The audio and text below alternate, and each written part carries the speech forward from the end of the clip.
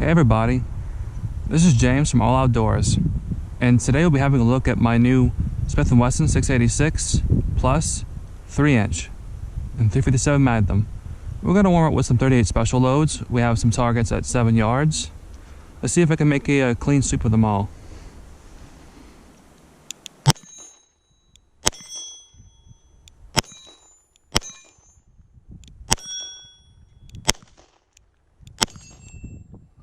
Got him with the last shot.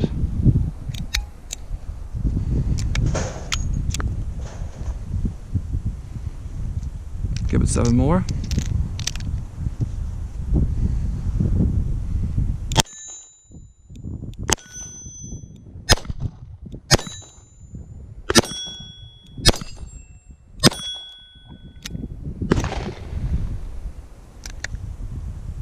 Alright, let's have a close look at it. Put it on paper, shoot a little bit more steel. Alright, after a couple months of not shooting anything at all, that was a lot of fun. Let's do it again. This in my holster. I'm wearing this in a little Azula leather holster, nothing too fancy, but it fits the gun pretty well. It rides really well. It's a little bit of a heavy gun to carry, but you can easily carry it in the right holster. So I'm just going to go ahead and shoot. Have a speed loader. Right-handed.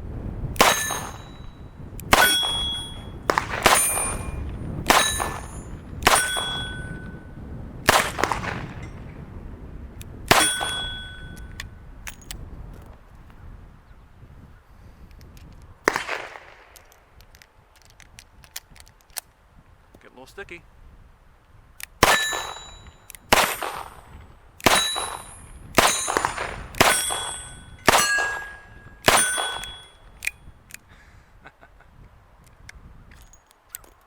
Awesome. Welcome back everyone. Today we'll be having a look at my Smith and Wesson 686 Plus and 357 Magnum.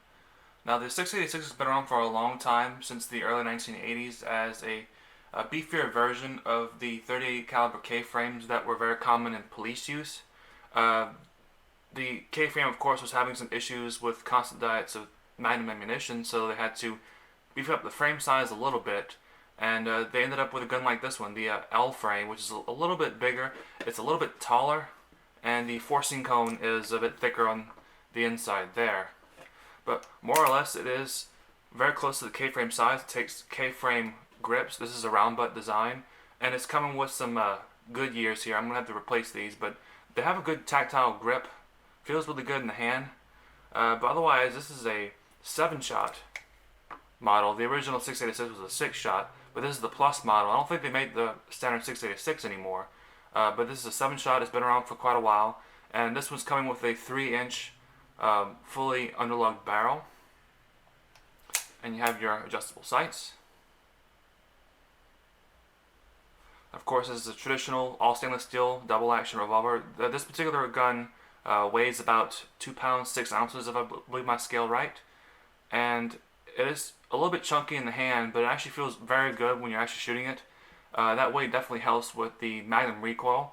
And of course, with the 357 Magnum revolver, you can shoot 38 special ammunition in it, and it's a very pleasant gun to shoot in that aspect. Again, 7-shot revolver. There's your ejector rod at work to kick out your empties. Of course, the cylinder releases that push-forward design. And of course the gun can be fired either in double action or in single action. The single action pull is very short, but not as short as some of the older Smiths. You can see that this is a newer Smith with the little key lock, and you have the firing pin is in the frame and not on the hammer. So if you're a collector, this definitely isn't a gun for you, but I find this going to be very shootable in any case. But the single action pull is right about 5 pounds, which seems a little bit heavier than the old classic Smiths, but it takes virtually nothing to release it. The double action is a good bit heavier and it's a bit stiff, but it's very smooth. And on my scale, I have it breaking at about 11 pounds. So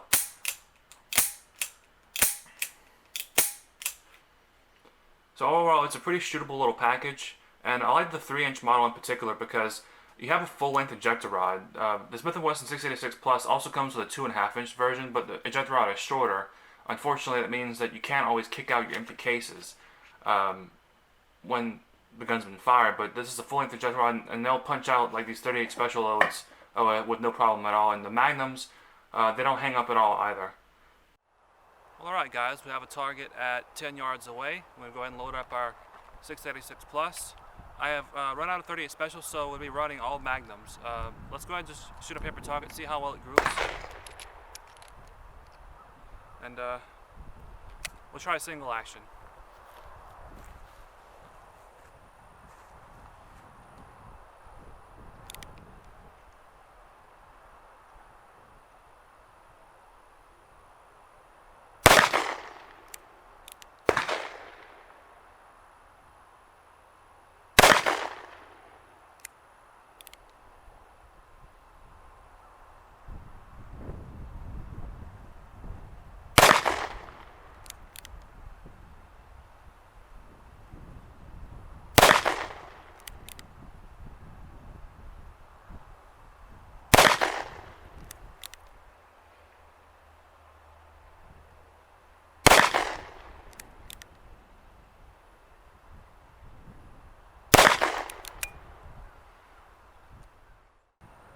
Alright, we're about 12 yards back and shooting in single action. Just my first Magnum's out of this gun actually, and of course my first time shooting single action as well. Not a bad little group. You have your 1, 2, 3, 4, 5, 6. I think the 7th one went up there somewhere. That's not too bad accuracy, especially when I'm just testing it out.